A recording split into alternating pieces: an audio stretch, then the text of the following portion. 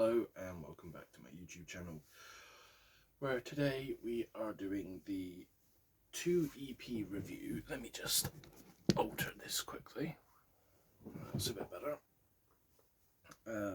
of Crowmouth, The Stagnant Years, The Unravelling, and Sorroweater's Enlightenment. So, starting off, the first EP, Crowmouth, band I hadn't heard of before this. This is their Stagnant Years, The Unravelling. It came out in about 2022, I do believe. It's 6 songs, I think just around the 20-ish minute mark. We start with track 1, which is called Home. It's about 2.5 minutes long. It's a slow, somber open with a faint guitar. There's like some pianos that are like faded out a little bit. We get these distant screams that are kind of like pushed back in the mix, and then after they hang around for a little while, there's a line of, "But what's one more broken home?"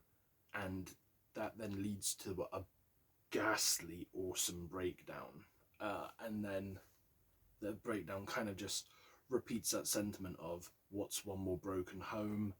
It lingers a little while and then it ends and moves on to track 2, which is called Paternal Failure. This is 4 minutes long, and we're sticking to a theme here, obviously, of bad or unfit parents and dysfunctional families. We start quicker, the guitars are sick, the lyrics are emotionally quite heavy. It deals with the topic of a father who wasn't ready for parenthood. He ends up, from the lyrics, losing his child, potentially losing the mother of the child as well. And it almost seems like he has like this sense of survivor's guilt. He's regretting his decisions, regretting not being ready for a father, not reacting the right way for when he was told the news, and it hits quite deep. It's definitely got these sections where like the vocalist is screaming out "I'm sorry," but it sounds pained, it sounds raw, it's really well done, and it was a fantastic song. Track 3 is called The Unravelling. It's about 2 minutes 50. It's short, great, drum work is phenomenal, guitars are sick. There's like this weird almost like hip-hop element that comes in a little bit. I can't remember the exact timestamp, I forgot to note that bit down. And then that leads into like this breakdown. It's an angry, it's in your face, it feels like we're following kind of like a descent into madness after a breakup when you go through the lyrics and stuff like that. And it again, it kind of all is painting this picture of somebody who's been like it. When you tie it in with the other 2 songs, it kind of feels like somebody who's been in some shit relationships in their time. I don't know if this is all like a story, so we're following it from start to finish and it's like a narrative of somebody, or if this is maybe the vocalist recounting experiences they've had. But either way, it's fucking good music. Track 4 is called Embittered, just shy of 3 minutes long, and again, it's a similar angry relationship breakdown kind of vibe here. The instrumentation remains supremely solid.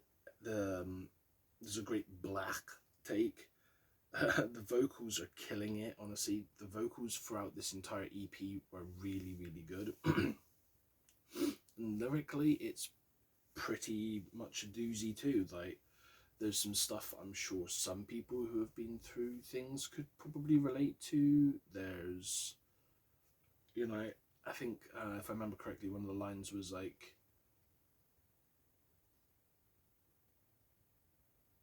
I can't remember. I think it was something along the lines of like, "You never give a fuck about how hard it was for me," or something like that.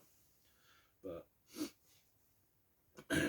kind of talks about like how I think he sacrificed a lot for the other person in this relationship, and they kind of didn't acknowledge the fact that he was trying hard enough or trying his best, and that neither of them really wanted to acknowledge that the relationship was breaking down and failing, so they kind of both grow embittered, and then it eventually falls apart after that. So it's kind of the subject matter of the song. From there we fall straight into track 5, which is Hypocrite. This is about just shy of 3 minutes 50. It's a quick start here again, and I must say the guitar work and drums are again fucking superb. They're really killing it. The vocals really flow well over this song and its entire length. There's a mixture of techniques used, which is fucking solid, and I enjoyed the lyricism too in this. Again, it's the same throughout. Like, it's just really great musicianship from start to finish. And when I was looking at Crowmouth's Amazon discography, so that's what I use for my music. I listen to Amazon Music. There is actually a Stagnant Years part 1. This is like a part 2. So I'm going to go back and listen to that. But they haven't put out anything new since like 2023. So I'm hoping they're not split up or on hiatus, or I've missed something. Because I've literally only just heard of this band this year. So if that's the case, then, well, fuck. But moving on. We have track 6, A Quiet Place, which is about 4 minutes 13. It's an immediate start with these those same more pushed back vocals over these slow, odd guitars. Like, I can't quite describe the like format of the guitars. It was a little bit weird. Then business picks up, and fuck, is it good. We get a few clean lines here, utilised in the chorus, which haven't been used throughout the entire EP so far, which I thought was a nice change. It didn't overstay their welcome, they weren't overdone, there was just a few poignant lines where they use cleans, just to kind of emphasise it more away from all the harsher vocals, which I think is a good way to use your cleans. And the vocalist has some fairly good clean vocals too.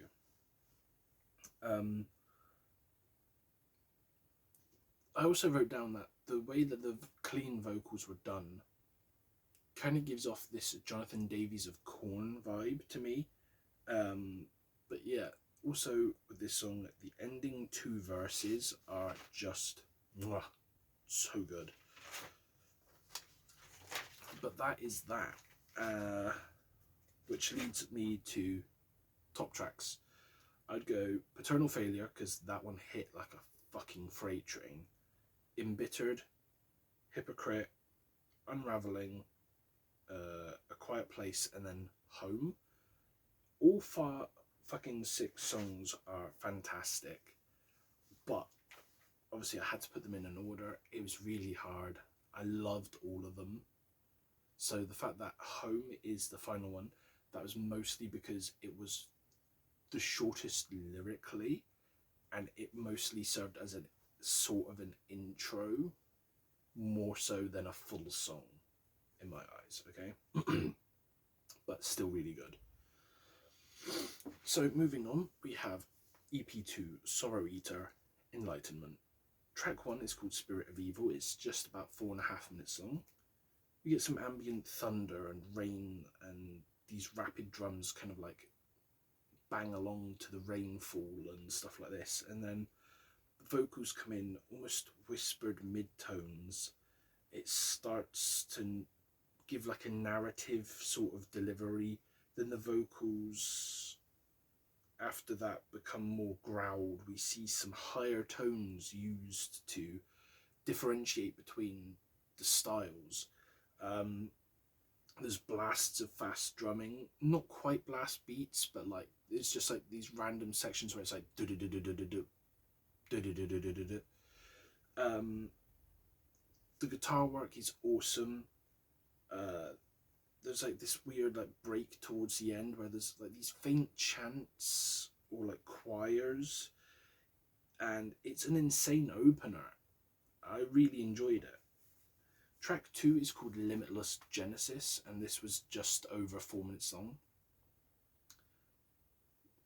So we have a solid start using several different vocal techniques on show.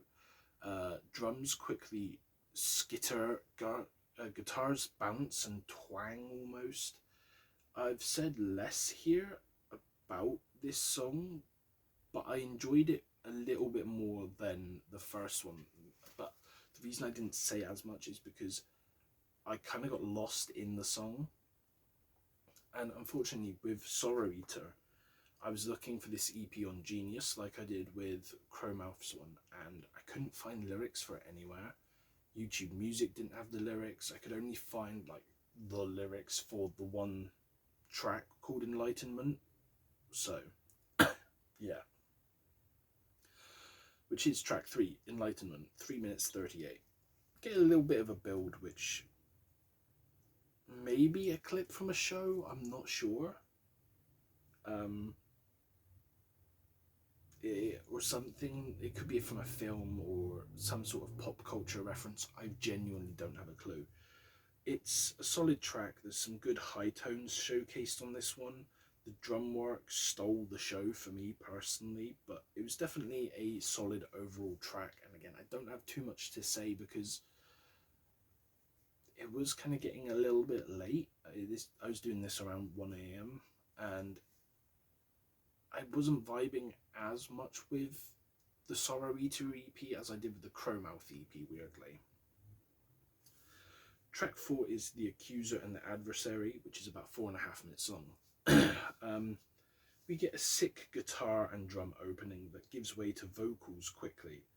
Some insane speedy delivery throughout this track is used, with some interesting lyrics about questioning what's true and the kingdoms of hatred and sending the devil's agents back down to him and stuff like that. So yeah, and that was just what I managed to hear. I didn't actually get to see it, so that's why it's kind of paraphrased and not fully quoted. Track 5 is called Deceiver Leader, and this is about 4 minutes 15. This features Taylor Barber of Left to Suffer. Again, a quick start, fastish vocal delivery, with mid-tone and high mixes throughout the song. It's got a bit of a bounce, a bit of flow to it. The feature was good, but it was way too short. It could have been a little bit longer, but again, it's Taylor Barber. Who doesn't want to hear more of him featuring on songs and stuff? You know, of course we would want more. It was really short. Like, when I say really short, it felt like I only heard Taylor for maybe like 3 lines, maybe 4 at a push. So in a 4-minute song, if you're going to have a feature, what's the point in only giving them like 3 to 4 lines, especially somebody as good as Taylor Barber, who has so much range, so much dynamics, so much fucking skill set. Like, it felt very underutilized. But yeah, track 6 is called Decimate Creation, which is just about 4 minutes and 40 seconds, I think. So this is the final track, and it starts with guitar skills on show again. That stays throughout. It's a solid song with both musical and vocal skills on full display, and it's a solid track. Again, I didn't have too much to say about it because kind of all of the songs started to blend a little bit. They were a little bit samey. It was like solid vocals, great guitar work, great drum work, and it was good, but it wasn't phenomenal. Like, there was certain elements that would stand out, but no one particular song stood out and felt different from the rest. So my top 6 would be Limitless Genesis, Spirit of Evil, Accuser Adversary, Decimate Creation, Enlightenment, and Deceiver Leader. And the reason I put Deceiver Leader last is not because it's a bad song. I did enjoy it.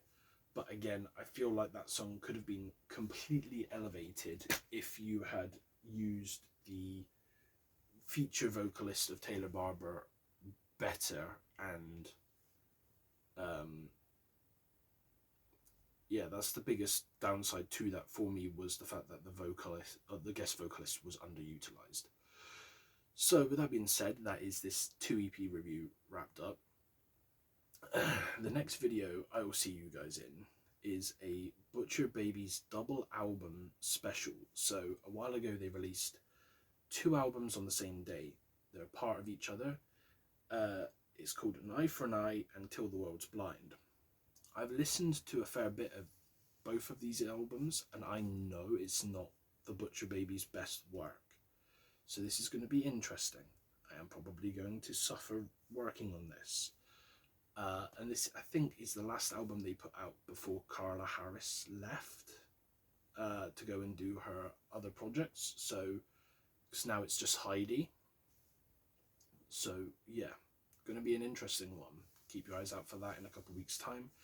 If I feel like it's taking too long, because it is 2 albums worth, it may be delayed slightly, just saying it now so you know. But yeah, I will see you guys in the next video, hopefully, and remember to stay safe out there, my friends. Goodbye.